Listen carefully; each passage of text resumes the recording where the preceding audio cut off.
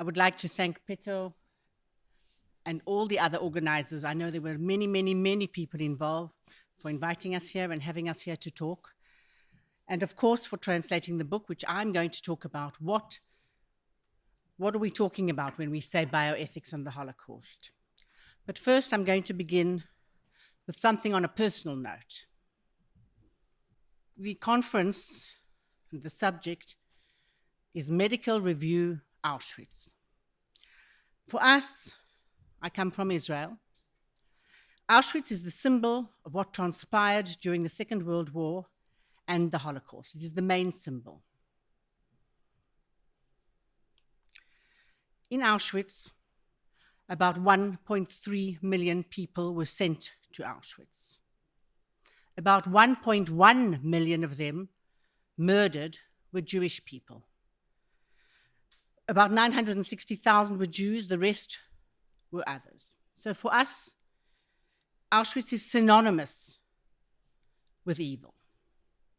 And I would like to dedicate my presentation today to some of my own family members in the picture whose lives were taken, who were murdered at Auschwitz.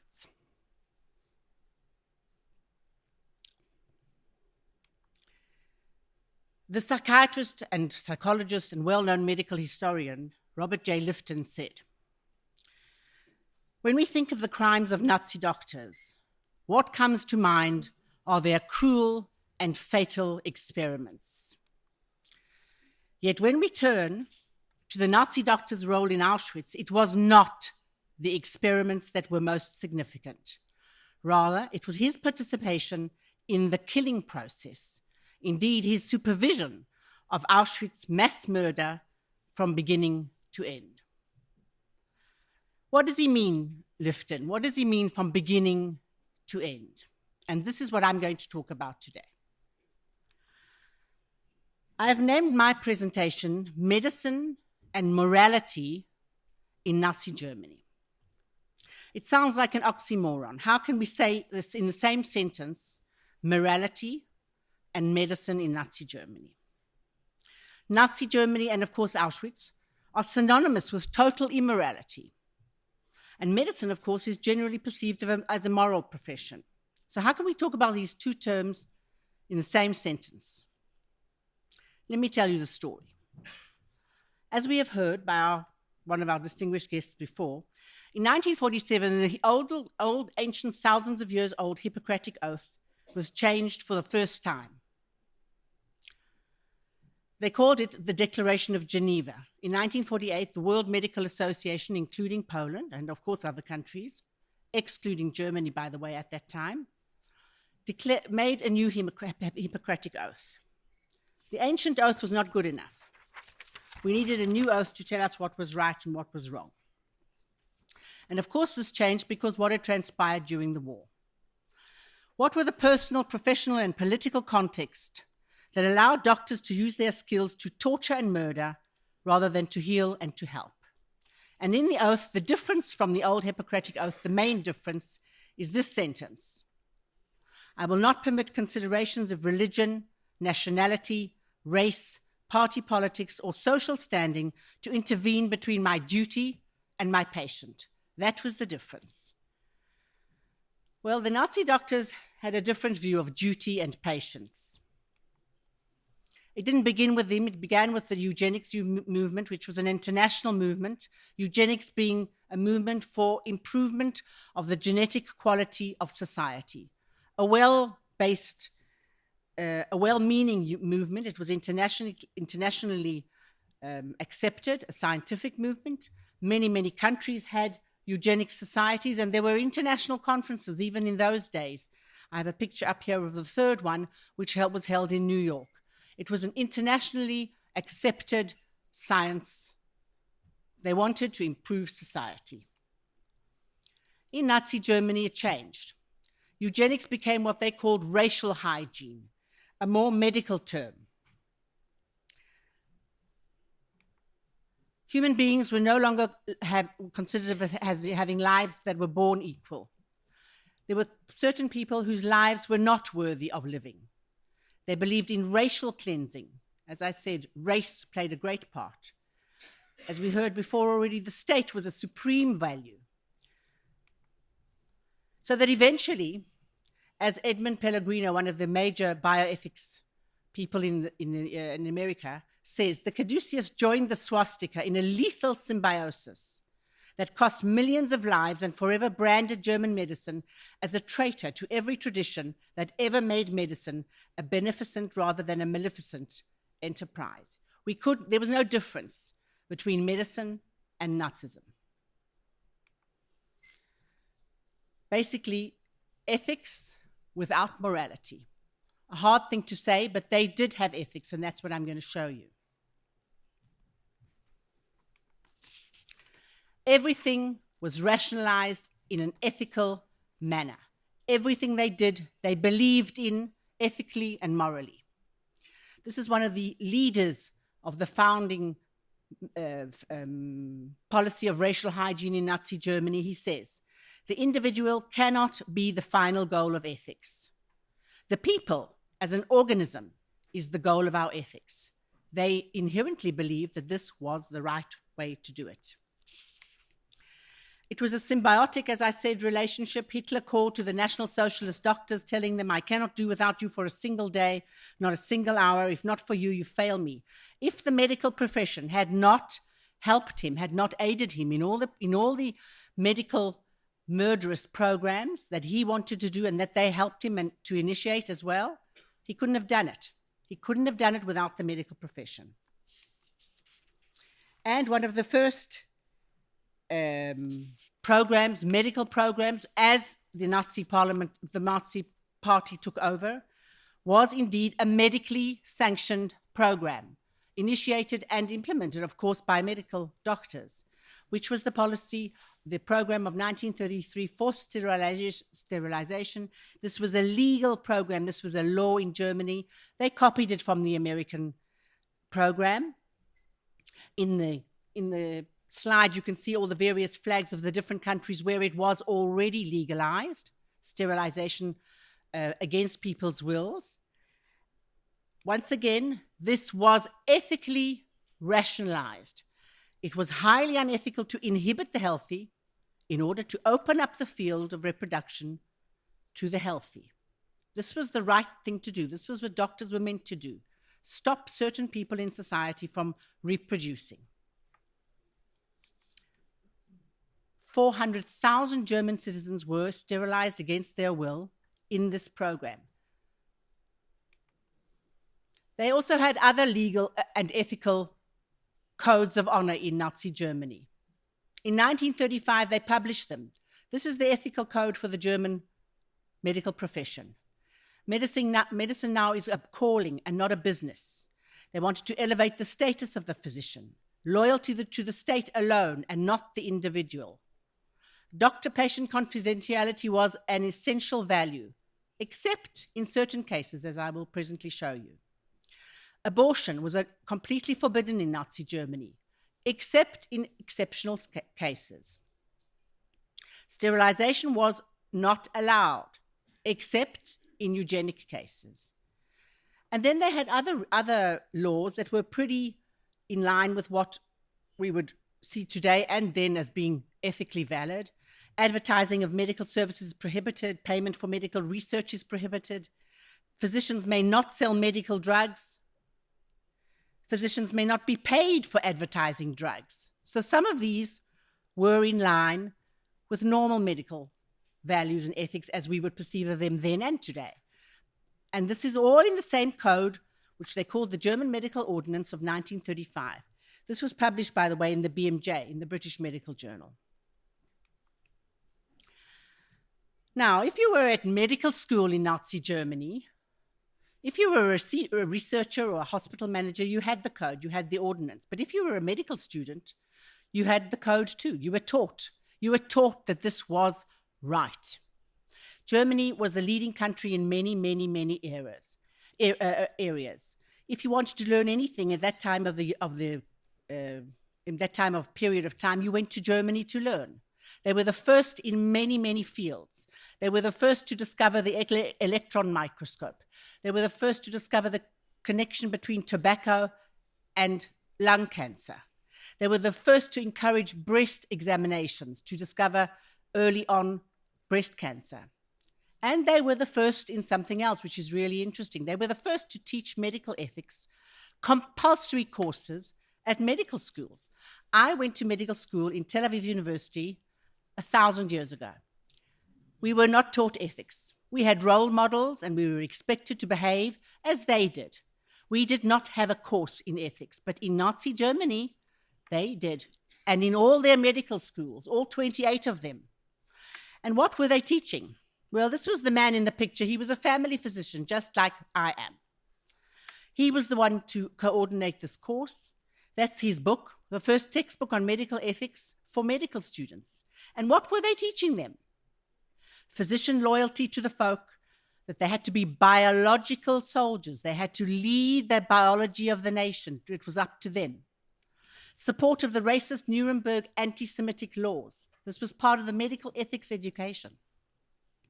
Of course, support of all the anti-Semitic measures that Jewish doctors were to be removed and that they were not allowed to treat Aryan patients. But they were also taught to support sterilization law, support euthanasia program, which in 1 second I'll tell you what they meant, and support of the utilitarian view of human experimentation. We have records of medical students doing their doctoral thesis on sterilization programs in various hospitals, where they went and looked for cases of who had been sterilized, and they analyzed very, very carefully the methods by which they were sterilized and the outcomes of the processes. 6 of those students dedicated their doctoral theses to their mothers. There is no question in those theses of whether this is correct morally or incorrect. This is what they were taught. What did he mean by euthanasia? We had a few words on it before. Well, this was a program that after sterilization didn't work. They couldn't get rid of enough. They couldn't get rid of the unwanted in society, the mentally and chronically ill, physically ill, psychiatrically ill, and others who were unwanted. They went one step further under the cover of war. This was secret at the beginning. And they empowered, this was never legal, they empowered the doctors to euthanize the patients who they deemed were living lives unworthy of living. This was a secret program to begin with. It was never legal. So the doctors didn't have to comply. They did in most part. 5,000 children and 200,000, then that's not a final number. Chronically ill and disabled persons were murdered in the euthanasia program. And this was once again ethically completely in line with what they had been taught and what they practiced. This is the director of one of the mental institutions where his patients were murdered. As a confessionally unattached and fervent National Socialist director of a mental hospital, I believe it is appropriate to refer clearly to the need for us doctors to grasp the importance of eradicating life unworthy of life. That's the head of the hospital. And then, of course, you know, too, about the human experimentation. We heard the word being used before, pseudo-experiments. These were not pseudo-experiments. This was experimentation, certainly in line with what was accepted in some parts of science at that time, as the historian Paul Weindling and others have proved. But as we heard also before, they were not experiments without rules. The Germans had rules. The Germans were the first in the world to have research ethics guidelines. The first guidelines were in 1900. The second set of guidelines that were published were in 1931. The Nazis hadn't taken power yet. And some cite the Reich Circular from 1931 as being even more detailed than Nuremberg. They had laws. They just didn't adhere to them. And why didn't they adhere to them? They had what we call selective ethics. There were ethics for certain people and other ethics for certain other people. The murderous medical programs could be performed because the victims were considered by their physicians as living lives unworthy of living, as subhuman, and as a threat to the future of the race. and as such did not deserve to be treated according to the regular code of medical ethics. So they had ethics, they were just different ethics. As at the Nuremberg trial, one of the doctors on trial there said, these were not patients of the doctor in terms of medical ethics or in terms of understanding of the relationship between a doctor and a patient. We could do whatever we wanted. This is the reason why it would be possible to apply what we comprehend as medical ethics to this case only in a very limited sense. They never apologized. None of the doctors ever put on trial for Nazi war criminal activity ever apologized. Exact opposite. They rationalized what they did in ethical terms. You've heard about the Nuremberg trial, which was as a result one of the first trials in Nuremberg after the war, because they could find the 20 doctors. If they could have found more, they probably would have tried more, the Americans. This is a very scary statement that was made by Andrew Ivy, who was an American Medical Association scientific consultant at the trial. This probably stands true after all that I've learned down the years that I've been doing this. I still believe this. Had the profession, our profession, medicine, taken a strong stand against the mass killings of sick Germans before the war, it is conceivable that the entire idea and technique of death factories for genocide would not have materialized. What if someone along the line had refused? We know we received the Nuremberg Code, of course, from Nuremberg, and it has been argued by many bioethicists that that is actually where bioethics begins and not in the 60s and 70s, as many American bioethics would have it stated. But the world was silent, as in many ways and in many aspects of post-Second World War, post-Holocaust, the world was silent, and so was the medical world. It was considered as a code for barbarians. It was good for those Nazi doctors. We could never do anything like that, so we don't need a code like that. That's how the medical world basically regarded Nuremberg for many years. But we know, of course, and we've heard from Stacey, a marvelous presentation, how the codes have their origin in Nuremberg, and Nuremberg has its origin in the Holocaust. Why should we study this as medical people? Why should we teach our students? Well, the Holocaust differs from other forms of genocide in that it was genocide that involved the active participation of medicine and science. There are many instances, and there have been, and unfortunately, there probably still will be, instances of genocide. But the Holocaust was a medically sanctioned genocide, and that is the difference. And that is why we firmly believe we have to teach students. There is a continuum, as I have shown you, between eugenics, sterilization, euthanasia, and the final solution. This is a very difficult slide to show. That picture is a picture of a gas chamber. That gas chamber is in a hospital. At Nuremberg Euthanasia Center, that is one of the methods used to murder patients. In the euthanasia program, they used gas chambers. When the final solution was decided on, that method was copy-pasted to the camps. And that is Auschwitz gas chamber today.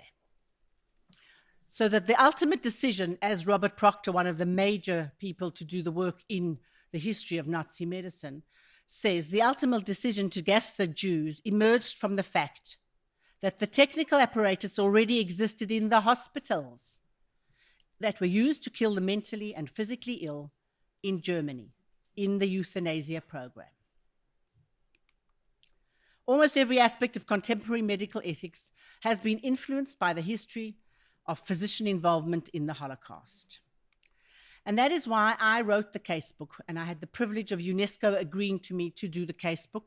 It's a different book than the other bioethics casebooks, and there are many, in that we give historical background. It was important for us to put these cases and give them an historical background, and I'm very pleased to show you that, as Petrol said, we have the Polish version out for you today.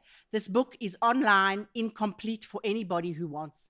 And last week, it was translated as well into Macedonian, so that if there's anybody here who reads Macedonian, you've got it as well.